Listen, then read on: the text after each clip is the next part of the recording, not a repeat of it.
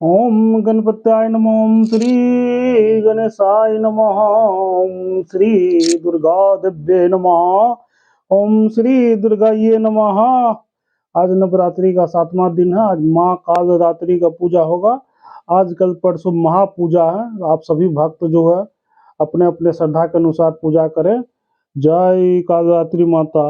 या देवी सर्वभूतेषु कालरात्रि माता रूपेण संस्थिता। नमस्तस्ये नमस्तस्ये नमस्तस्ये नमो नमः। ओम श्रीमद्देवी भागवत महापुराण परम्बः प्रथमं खंडः। तुम्हें माता च पिता तुमेव तुमेव बन्धुश्च सखा तुमेव तुमेव विद्या द्रविणं तुमेव तुमेव शर्मं देवदेव। ओम नमः चंडिकाय नमः। ओम श्री दुर्गा दिव्ये नमः। ओम श्री दुर्गाये नमः। तो दुर्गा महारानी के पास दुर्गे दुर्गत के नाशनी, दुर्गे दुर्गत के नाशनी। शुंभ का धूमलोचन को देवी के पास भेजना और धूमलोचन का देवी को समझाने का प्रयास करना। व्यास जी बोले, भगवती का वचन सुनकर वह दूत विस्मित हो गया और उसने देवी से कहा, हे सुंदर कटाक्ष वाली, तुम स्त्री भाव के कारण साहस पूर्वक क्या बोल रही हो?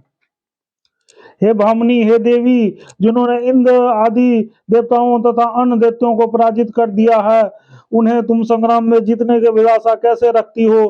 त्रिलोक में ऐसा कोई नहीं है जो शुंभ को संग्राम में जीत सके। तब हे कमल सदृश नेत्रों वाली, तुम कौन सी समर्थशालिनी हो जो इस समय युद्ध में उनके सामने टिक सको? हे सुंदरी, बिना सोचे समझे कोई बात नहीं बोलनी चाहिए, अपितु अपने तथा शत्रु के बल को जानकर ही समय के अनुसार बोलना चाहिए। तीनों लोक के अधिपति महाराज शुंभ तुम्हारे रूप पर मोहित हो गए हैं और तुमसे प्रार्थना कर रहे हैं। अतः हे प्रिय, उनका मनोरथ पूर्ण करो। मूर्खतापूर्ण स्वभाव त्याग कर मेरी बातों को मान करके तुम शुंभ अथवा निशुंभ को किसी को पति रूप में स्वीकार कर लो। मैं तुम्हारे ये हितकर बात कर रहा हूँ। सभी बुद्धिमान प्राणियों को चाहिए कि बड़े बड़े हर्ष के साथ श्रृंगार रस का उपभोग करें, क्योंकि यह सभी 9 रसों में उत्तम माना गया है। हे बाले, तुम मेरे साथ नहीं चलोगी तो राजा शुंभ अत्यंत कुपित होकर अन्य बहुत से सेवकों को साथ भेजकर तुम्हें बलपूर्वक पकड़वा कर ले जाएंगे। हे वामरु, हे बलभिमानी, दानव तुम्हारे केस पास पकड़कर बलपूर्वक तुम्हारे निश्चय ही शुंभ के पास ले जाएंगे। तो हे कोमलांगी, अपनी लज्जा की रक्षा करो, इस दुस्साहस को पूर्ण रूप से छोड़ दो। तुम सम्मानित होकर उसके पास चलो, क्योंकि सम्मान की पात्र हो। कहाँ तीक्ष्ण बाणों से होने वाला युद्ध और कहाँ रति कीड़ा की उत्पन्न होने वाला सुख। सार सार असार बात पर सही सही विचार करके तुम मेरे हितकर वचन को मान लो और शुंभ अथवा निशुंभ को अपना पति स्वीकार कर लो। इससे तुम परम सुख प्राप्त करोगी। देवी बोली, हे महाभाग दूत, तुम बात करने में निपुण हो, यह सत्य है। शुंभ निशुंभ निश्चय ही बलवान है, यह मैं जानती हूँ, किंतु मैंने कल्प बाल्या काल से ही जो प्रतिज्ञा कर रखी है उससे मिथ्या कैसे किया जाए। अतः तुम शुंभ निशुंभ अथवा उसके भी बलवान शुंभ से कह दो कि बिना युद्ध किए मात्र सौंदर्य बल पर कोई मेरा पति नहीं बन सकेगा। मुझे अपने बल से जीत कर वह अभी परिग्रहण कर ले। राजन, यह जान लीजिए कि अबला होती हुई भी युद्ध की इच्छा कहाँ से आई है। यदि तुम समर्थ हो तो मेरे साथ युद्ध करो और वीर धर्म का पालन करो। इसके अतिरिक्त यदि मेरे त्रिशूल से डरते हो, यदि तुम्हें जीने का अभिलाषा हो, तो स्वर्ग पृथ्वी को छोड़कर अविलंब पाताल लोक चले जाओ। हे दूत, अभी जाकर अपने स्वामी का आदर पूर्वक ये बात कह दो। इसके बाद वे महाबली शुंभ विचार करके जो उचित होगा उसे करेंगे। संसार की यही धूर्त धर्म है कि जो सच्ची बात हो उससे वैसा ही शत्रु और स्वामी दोनों के प्रति अवश्य कह दें। हे धर्मक, तुम भी वैसा ही व्यवहार करो, विलंब मत करो। व्यास जी बोले, उस समय भगवती जगदम्बा के नीति युक्त शक्तिपूर्ण हेतुपूर्ण और यशस्वी वचन सुनकर वह दूत आश्चर्यचकित हो गया, वहां से लौट आया। दैत्यपति शुंभ के पास पहुंचकर बार बार विचार करके वह दूत विनम्र भाव से अपने राजा को प्रणाम करके उसे नीतिपूर्ण मधुरता से युक्त तथा मनोहर बात कहने लगा। दूत बोला, हे राजन, सत्य और प्रिय बात कहनी चाहिए, इसीलिए मैं अत्यंत चिंता से पड़ा हुआ हूँ, क्योंकि जो सत्य हो, प्रिय भी हो, वैसा वचन निश्चय ही दुर्लभ है। अप्रिय बोलने वाले दूतों को राजा सर्वथा कुपित हो सकते हैं, तथापि अपना धर्म पालन करते हुए सच्ची बात कह रहा हूँ। वो स्त्री कहाँ से आई है, किसकी पुत्री है और कितनी सबल अथवा निर्मल है, इनमें से कुछ भी नहीं जान सका। तब मैं उनकी मन की बात क्या बताऊं, मुझे तो वो घमंडी, कटु बोलने वाली और सदा युद्ध के लिए उत्सुक दिखाई पड़ती है महामते। उस स्त्री ने जो कुछ कहा था उससे आप भली भांति सुने। मैंने पहले ही वाली अवस्था में सखियों के समक्ष विनोद वश विवाह के विषय में यह प्रतिज्ञा कर ली थी कि जो युद्ध में मुझे जीत लेगा और मेरे अभिमान को चूर्ण कर देगा, उसी के समान बल वाले का मैं पति रूप में वरण करूंगी। हे निवश्रेष्ठ, मेरी यह प्रतिज्ञा मिथ्या नहीं की जानी चाहिए। अतः हे धर्मज्ञ, मेरे साथ युद्ध करो और मुझे जीत कर अपना अधीन कर दो। उस स्त्री द्वारा कही गई यह बात सुनकर मैं आपके पास आया हूँ। हे महाराज, अब आप जैसे भी अपना हित समझते हैं वैसा ही करें।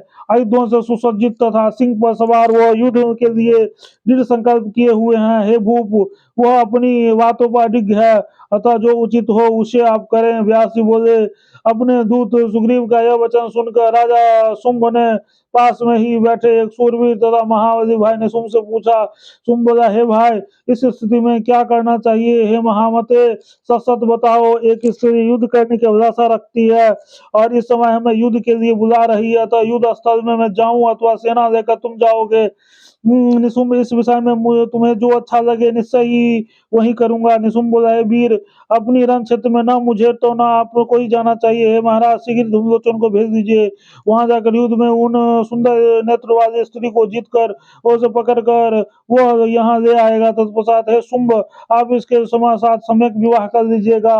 व्यास जी बोले, अपने छोटे भाई की बात सुनकर शुंभ ने पास में ही बैठे हुए धूम्रलोचन को जाने के लिए क्रोध पूर्वक आदेश दिया। शुंभ बोला, है धूम्रलोचन, तुम एक विशाल सेना लेकर सभी जाओ, अपने बल के मध्य में चूर रहने वाले उस मूढ़ स्त्री को पकड़ कर ले आओ। देवता, दानव या महाबली मनुष्य जो कोई भी उसकी सहायता के लिए उपस्थित हो उसे तुम तुरंत मार डालना। उसके साथ में रहने वाले काली को भी मारकर पुनः उस सुंदरी को पकड़ करके इस प्रकार मेरा यह अत्युत्तम कार्य संपन्न यहाँ शीघ्र आ जाओ। हे वीर, कोमल बाणों की छोड़ती हुई वह सुकोमल शरीर वाली किशोरधरी साध्वी स्त्री की तुम प्रयत्न पूर्वक रक्षा करना। हाथ में शस्त्र धारण किए हुए उससे जो भी सहायक रण में हो उन्हें मारकर डालना, किंतु उसे मत मारना। सब तरह से प्रयत्न पूर्वक उसकी रक्षा करना।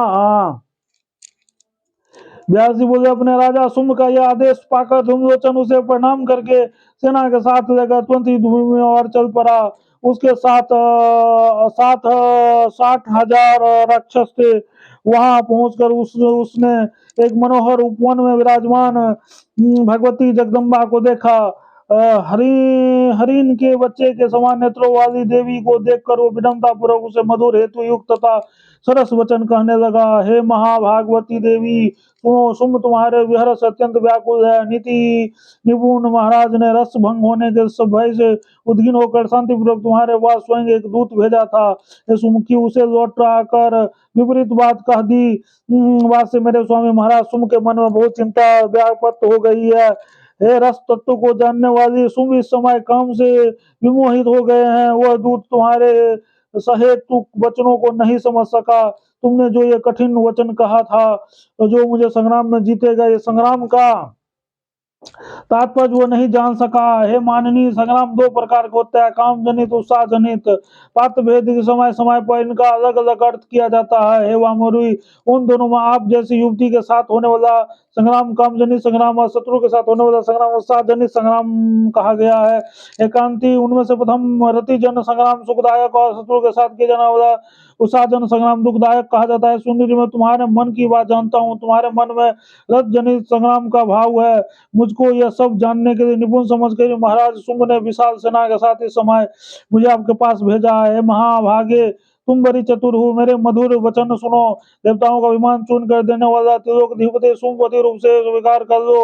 उनकी प्रिय पटानी बनकर अत्युत्तम सुखों का उपभोग करो। काम संबंधी बल का रहस्य जानने वाले विशाल बाहु शुंभ तुम्हें जीत लेंगे। तुम उनके साथ विचित्र हाव भाव करो, वे भी वैसे ही हाव भाव प्रदर्शित करेंगे। यह काल का उस अवसर पर हास विलास की साक्षी रहेगी। इस प्रकार काम तत्व के परमेता मेरे स्वामी शुंभ काम युद्ध के द्वारा तुम्हें सुख साया पर जीत कर स्थिर कर देंगे। हे महाराज, तुम अपने नखों का घात से तुम्हें रक्त रंजित शरीर वाले बना देंगे। दांतों से काट कर तुम्हारे होठों को खंडित कर देंगे। तुम्हें पसीने से तार तार कर देंगे और मर्दित कर डालेंगे। अब तुम्हारा रति संग्राम संबंधी मनोरथ पूर्ण हो जाएगा। हे प्रिय, तुम्हें देखते ही संपूर्ण रूप से तुम्हारे वशभूत हो जाएंगे। तो मेरी उचित कल्याणकारी और सुखकर बात मानो। तुम मान्यों के अत्यंत माननीय होता गणाध्यक्ष शुंभ को स्वीकार कर लो, और जो स्त्री युद्ध से प्रेम रखते हैं वे अवश्य ही मंदभागा रति की रागवती रखने वाले एकांत है। तुम शस्त्र युद्ध के योग नहीं हो। जैसे कामनी के पद प्रहार से अशोक मुख मदिरा के स्वच्छ सेचने से मोल सिरी और कुबेर के प्रफुल्लित हो उठता, उसी प्रकार तुम भी महाराज शुंभ को शोक रहित आनंदित करो। इति श्री भागवत महापुराण संध्या पंचम स्कंदे देवी महात्म्यं देवी पार्श्वं धूम्रलोचन दूत प्रश्नं नाम चतुर्विंशोऽध्याय। ओम तत्सत्। प्रेम से बोलो जगत जननी जगदम्बा माता की जय। दुर्गा महारानी की जय। दुर्गे दुर्गे।